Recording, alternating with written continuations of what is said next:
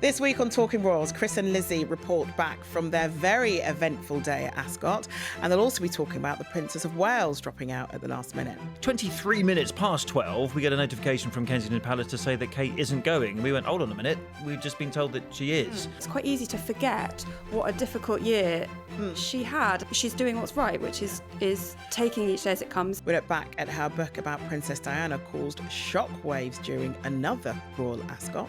If tensions inside the royal family have been raised by what looks set to become the book of the year, there was no sign of it today. It was very interesting that she was there sitting next to the Queen Mother and knowing that this book was, a lot of it had come from her. And Meghan gives a fresh glimpse into her and Harry's family life.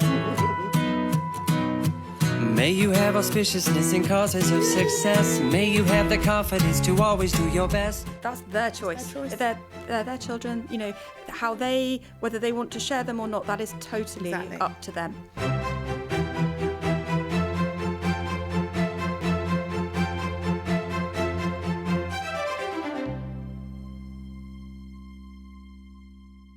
Hello and welcome to the show. I'm Charlene White, and Chris and Lizzie are, of course, here with me to talk about all things royal.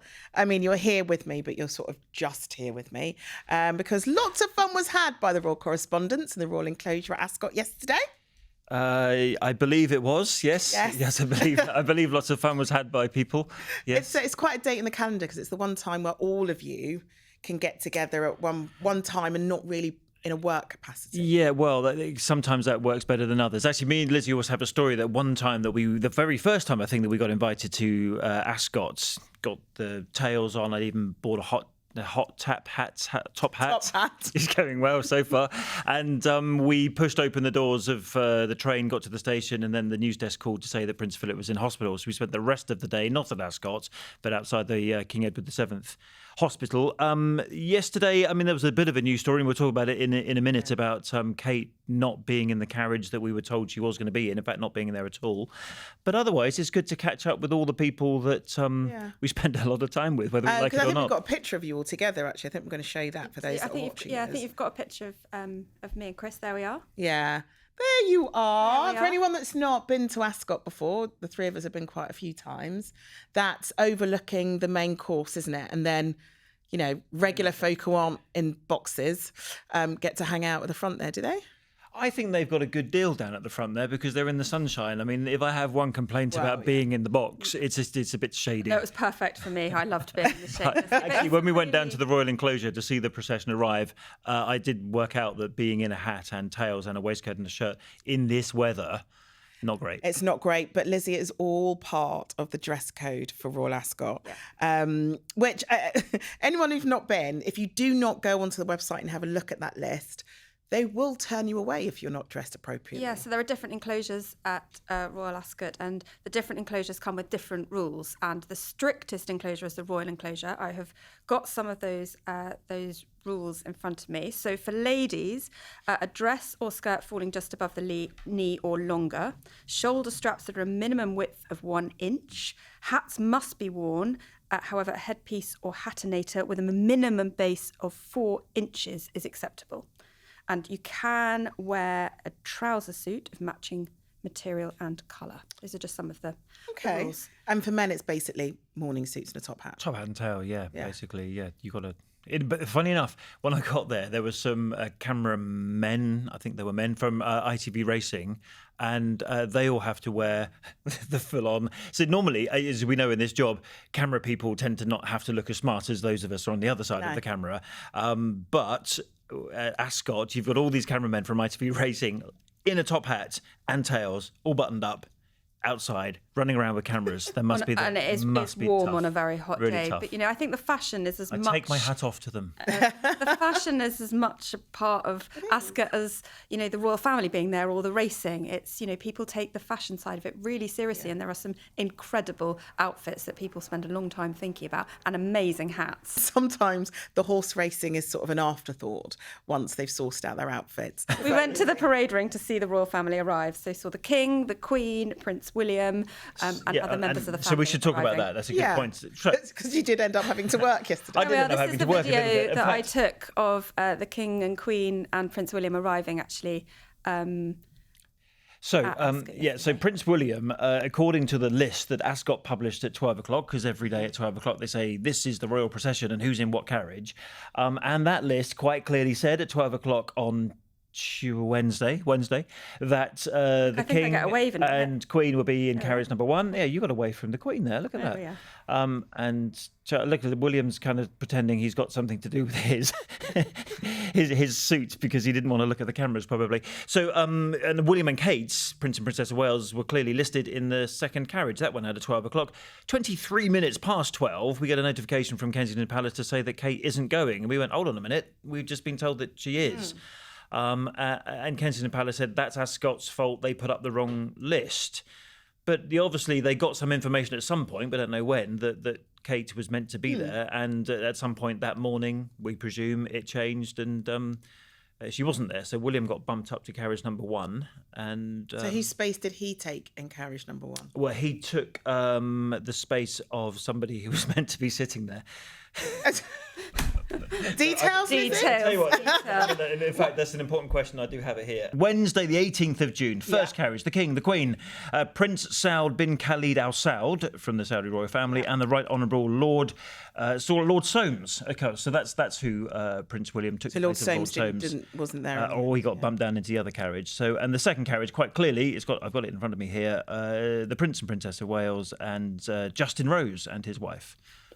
What I would say about the Princess of Wales is, well, I'm sure she was, it's understood she was disappointed not to be there. They have been trying to find the right balance as she returns to public engagements, and we were always told, that there would be some flexibility around that, and we have seen an awful lot of the Princess recently. We saw her at trooping at the weekend.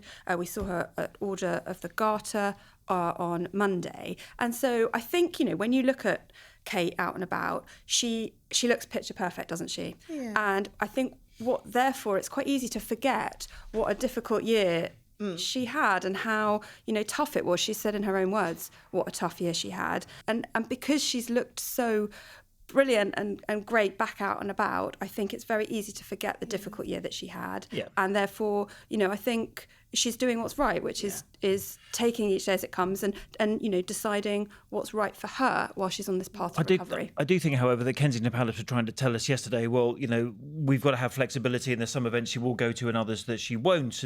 But I think, whatever it was clearly something last minute, because otherwise they might have stood back at the beginning of the month or last month and said, OK, we'll go to trooping and we'll go to Order of the Garter, but Windsor's probably one that we can give it a miss. But she was, as we know from the list, planning to be there. Order of the Garter service, which Kate was at. Yes. People get very excited about Order of the Garter. How did it go? Well, Kate isn't a member of the Order of the Garter, so she doesn't get to do this. Look, some people might say this is rather strange what they do. This is 2025, and they process down the hill in Windsor, wearing those plumes and those, those great velvet at the start of a heat wave robes. Yes, and it is quite a spectacle. Warm there that day. But every time I put this up on social media, every single year, people say, "What are we doing? What is this in 2025?" It is quite the spectacle to watch. However, there is the people there, the ladies and gentlemen who are members of the Order of the Garter, are very senior people. They include like former prime ministers like Sir John Major, Sir Tony Blair is also on that list. They've got former governors of the Bank of England, former ex-bosses of the spy agencies as well. So they're a pretty impressive bunch of folk who are in this list. Well, do you know what? Playing dress up and doing traditional stuff bodes well for the country. So the princess, loads of tourists come in for this and watch it, and there aren't many countries in the world that do things like this. Yeah, I went to Windsor on Monday, and it is, when you watch it, it is a spectacle. There's no other way of it's only afterwards you look down at it and go, up. What was that I see? You just pointed at some picture and said, why is he dressed like that? But then again, you think about that sort of slightly controversial parade that Donald Trump had in Washington DC at the weekend. Well, that wasn't just about the modern day military. They were also looking back to the sort of as far back as the revolution as well. So countries do put on these parades and performances. Ours just look particularly old.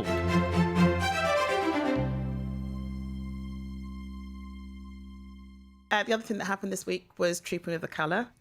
Didn't rain this time. You predicted that it might rain. Yes, only because it normally rains. I mean, the important thing about Trooping the Colour this year, so the King first did it in 2023. As sovereign, he rode on horseback then, but after that, because of the cancer, he now travels in a carriage.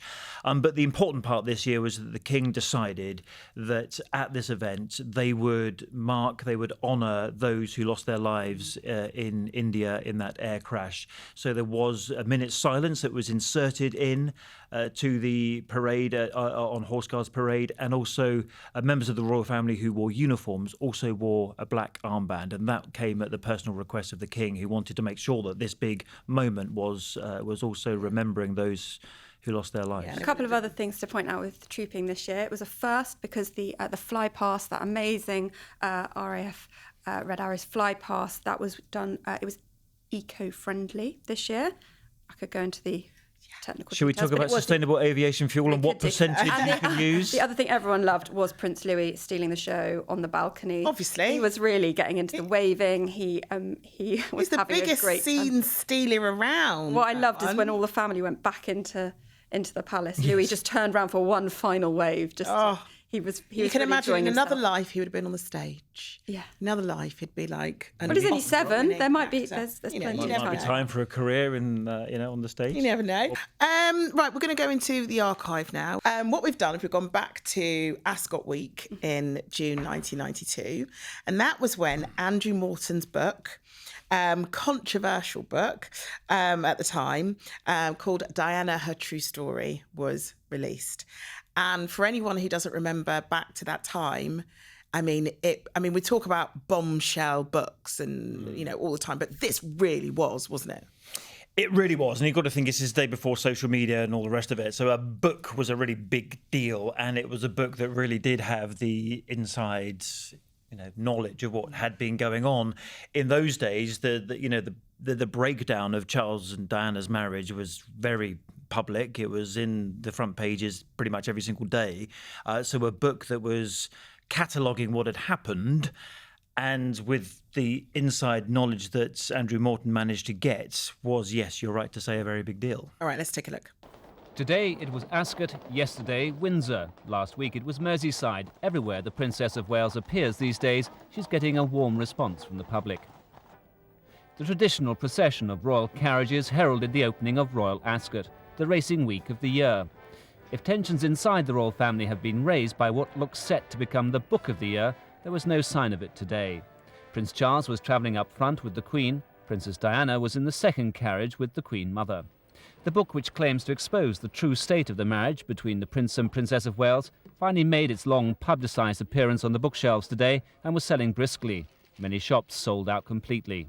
I don't know, it's interest, isn't it? I mean, it's scandal, that's what people like. I think I would be pretty disgusted if somebody wrote things about me in the same way, which were unprovable. All too aware that the cameras were hunting them, the Prince and Princess of Wales never left the seclusion of the royal box today. Okay, so here's the thing. Princess Diana was in one of those carriages. You had the gentleman there saying it's you can't write about people when these things are unproven. But of course, later on down the line, it was revealed that Princess Diana was the main source for the book. And in it, as you say, she spoke about her marriage, she spoke about eating disorders, and she spoke about her attempts at suicide. So she decided to speak to him about that. And I suppose at that point in time, it's very highly unusual for any member of the royal family to speak so openly about the things that have gone through in their life. So we can't underestimate just how huge this book was. Yeah, and I was just looking at the carriages there, and you think, well, why wasn't Prince Charles with his wife in the same carriage? And when you think now, well, he clearly, if he knew about it, or maybe she hadn't told him that she'd been speaking to Andrew Morton, who knew at that particular point. But as Charlene said, it came out much later, didn't it? Yeah, absolutely. So it was very interesting that she was there sitting next to the Queen Mother, knowing that this book was, a lot of it had come from her. I mean, we talk about scandal, and we talk about Harry and his book and the various podcasts. We're going to talk about another podcast that Meghan's done. We talk about all that stuff. But if we're talking about like the OG, the original that did it in the first place, Diana's the OG and Andrew Morton's the OG. So, we feel, people get, real up in arms and saying it's shocking that people are doing this sort of thing in this day and age when we talk about Meghan and Harry. But we're going back to 1992, several years ago. I was 12 when one could argue it was first done. So it's not that highly unusual, is it? No, and we know how long ago it was because somebody sort of punched in the price of the book into the checkout there, if you saw, and they paid with cash. So you know how old-fashioned that is nowadays. But yeah, you're right. You're right to say that actually this was a really, really big deal. And obviously that was 92, and then obviously we got Prince Charles then went and spoke on ITV to Jonathan Dimbleby about being unfaithful. Princess Diana then did the very consequential Diana interview on Panorama, which we now have to say is the disgraced Panorama programme because of the way in which the journalist Martin Bashir went about securing that interview.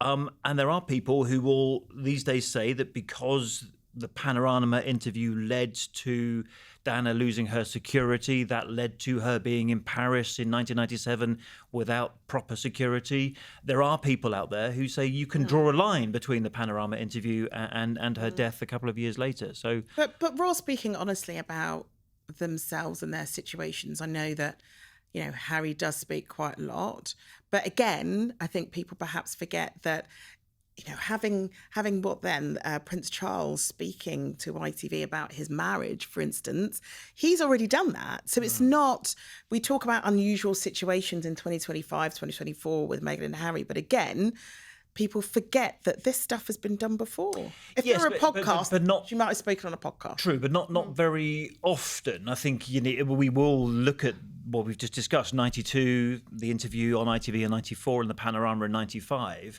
And then we didn't really get any of that kind of stuff until maybe perhaps the Oprah Winfrey interview that Meghan and Harry gave after they left the royal family. So there was a sort of pause. Yes. But you're right to say that it has been done before. Yeah.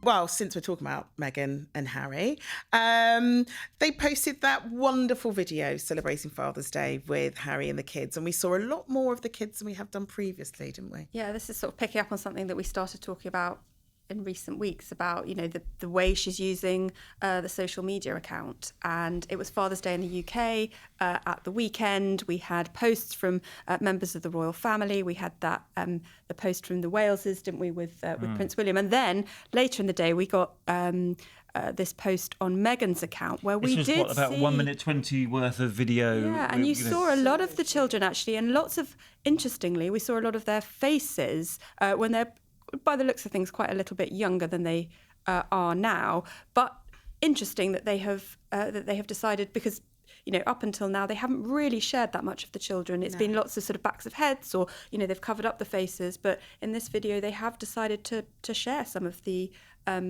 children's faces, but keeping an element of their anonymity. Yes, because, as you've said, they appear to be older footage. And yes, we spoke last week about how Meghan had put a sort of a big emoji over the face of the two children when they went on that Disneyland trip. But yes, we saw a lot of them there, a lot of backs of the heads, but because they were younger, babies or toddlers, I think they felt more relaxed about putting those and that's images out there. I think we've said this before, that's their choice. They're their children, whether they want to share them or not, that is totally up to them. And I think, you can be very fearful when you first have kids as to what you want to share and what you don't want to share. And later on down the line, you perhaps feel a little bit more comfortable showing a little bit more of them or older pictures of them. I know Katie Piper, who I work alongside at Loose, I know that she doesn't post pictures of her kids now, but she is more open to posting pictures of her kids when they were babies, because they're exactly unidentifiable.